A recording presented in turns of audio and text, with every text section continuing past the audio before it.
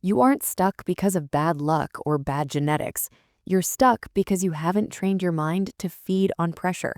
Most people break when things get hard, but the elite use that same pressure to reveal who they really are. Here is the mental switch 99% of people never flip. Your brain isn't designed to fail. It's designed to adapt, to evolve, to overcome. But somewhere along the way, you stopped training it. You let distractions win. You let emotions decide your actions. You let fear whisper louder than your ambition. And now you're reacting to life instead of controlling it. Here's the shift. When you wake up, you're not stepping into a new day. You're stepping into a battlefield. And the first battle isn't with your job, your relationships, or your problems. It's with your own mind. Because if you lose control in that first hour, you've already surrendered the war. Think about it. Most people grab their phone before their thoughts. They scroll before they stand. They consume before they create. And by the time they look up, their mental energy is gone, drained by noise that doesn't matter. That's not living, that's reacting. Winners don't let the world write their morning. So here's what you do instead. The second your eyes open, you take command, not with motivation, with precision. You don't need a speech, you need a decision. You tell yourself, today I lead my thoughts. Today I set the standard. And you mean it. No phone, no messages, no distractions, just clarity. You review what matters. You ground yourself before chaos tries to shake you. Because the ones who win don't wait for the day to fall apart. They prepare while it's still quiet. And this is where most people quit, right when the strategy starts working. They think one strong morning is enough. It's not. You're building a pattern. You're training your brain to expect discipline. And patterns don't form from effort. They form from repetition. Every morning you take control, you're sending a signal. You're proving to yourself that emotions don't run your life. You do. But here's the problem. Distractions are designed to steal that power. Your focus is the most valuable currency you own. And every time you let something pull you away from what matters, you're handing that currency to someone else for free. So if you're serious about building a mind that wins, you have to protect your focus like your life depends on it, because it does. Let me be clear. This isn't about isolating yourself. It's about knowing what deserves your energy. Most people give their attention to everything, notifications, noise, drama, and then they wonder why they're exhausted. You're not tired because you worked hard. You're tired because you scattered your mind across things that don't matter. So you cut them. You turn off what doesn't serve your purpose. You create blocks of time where nothing gets in. And during that time, you lock in. No switching, no checking, just depth. Focused work doesn't drain you, it fuels you. And once your mind learns to focus without interruption, something powerful happens. You stop being busy, you start being effective. There's a difference. Busy means you're moving. Effective means you're winning. But here's where it gets uncomfortable, and that's exactly the point. If you want to be tough, you can't avoid discomfort. You have to chase it daily, not because it feels good, but because it builds something inside you that nothing else can. Every time you lean into what's hard, you stretch your limits. You prove to yourself that you're capable of more. Comfort is a trap. It tells you you're fine where you are. It whispers that you've done enough. But deep down, you know the truth. You've got more to give, and the easy way out won't take you where you want to go. So you choose the hard path. You get up early when your body says stay down. You push through the last rep when your mind says quit. You have the tough conversation when silence feels safer. And every time you do that, you become someone who doesn't run from pressure. You walk into it with your head up. Toughness isn't genetic, it's trained. And it's trained in the moments when you feel like giving up, but don't. When you feel uncomfortable, but stay anyway. Because those moments don't just build character, they reveal who you're becoming. But here's what most people don't understand about growth. It's not just about action, it's about alignment. Say what you mean what you say. That's not just about honesty, it's about identity. Every promise you make, every commitment you speak, it all matters, but only if you back it up. Otherwise, it's just noise. Think about it.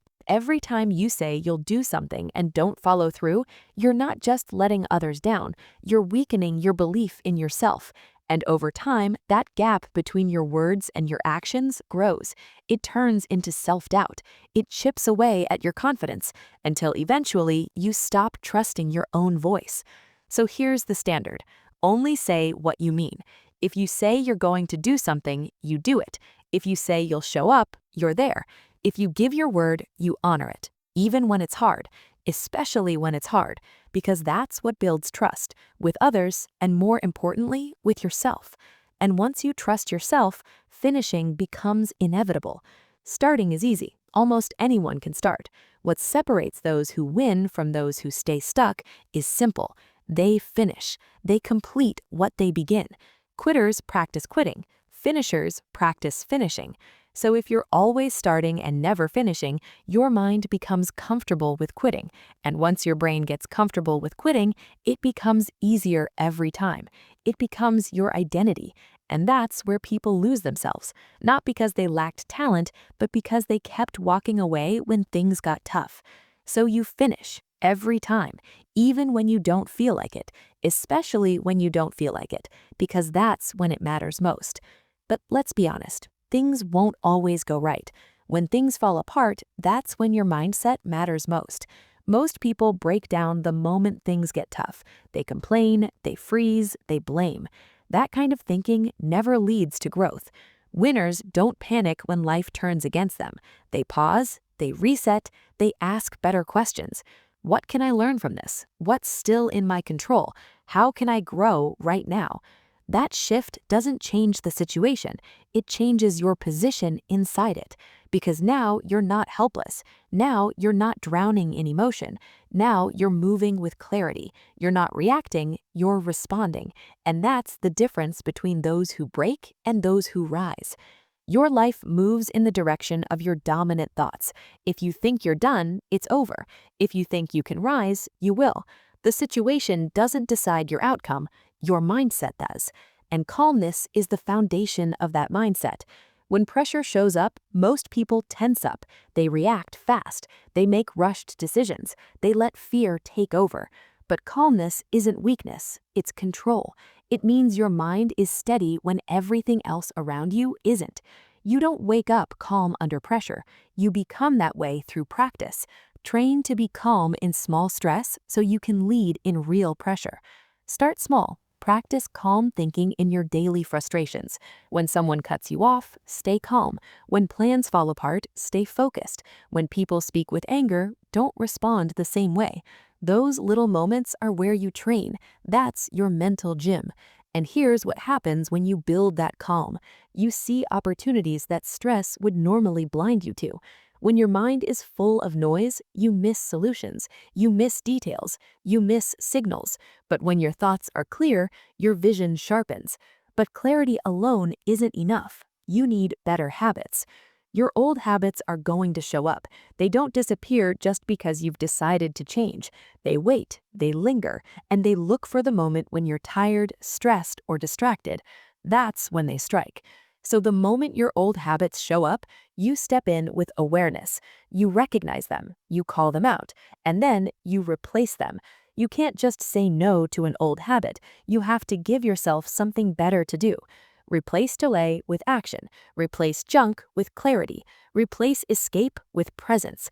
That's what it takes. You're not just stopping bad behavior. You're training your system to prefer what's better. And this is where character gets built, in the moments no one sees. Doing the right thing when everyone's watching is easy, but the real test is what you do when no one is around, when nobody's clapping, no reward, no attention. That's the moment that shows who you are. Real growth starts when you do what's right for no other reason than that it's right. Not because it feels good, but because you've decided to live with standards that don't rise and fall with other people's opinions. Win in private, and you'll never lose in public. Every day you're faced with small decisions. Pick that up or leave it. Cut a corner or finish it properly. Be honest or bend the truth. And nobody's watching, but you're watching. You're the one who will feel the effects of that decision. And that's where the final principle locks everything in place. Most people are always looking for something new, a new method, a new routine, a new shortcut. But the truth is, it's not the new that changes your life. It's the basics, the simple things, the daily actions, the small steps that you repeat over and over again until they become part of who you are.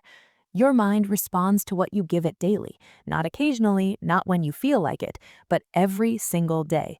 If you feed your mind chaos, confusion, and distraction, it learns to stay scattered. But if you feed it focus, discipline, and direction, it becomes clear. It expects structure. It settles into strength. Most people don't stay stuck because they're lazy. They stay stuck because they don't stick to the basics long enough for them to work. They try it for a few days, maybe a week, then they stop, they think it's not working fast enough, and the cycle repeats. But discipline isn't about doing something hard once. It's about doing something simple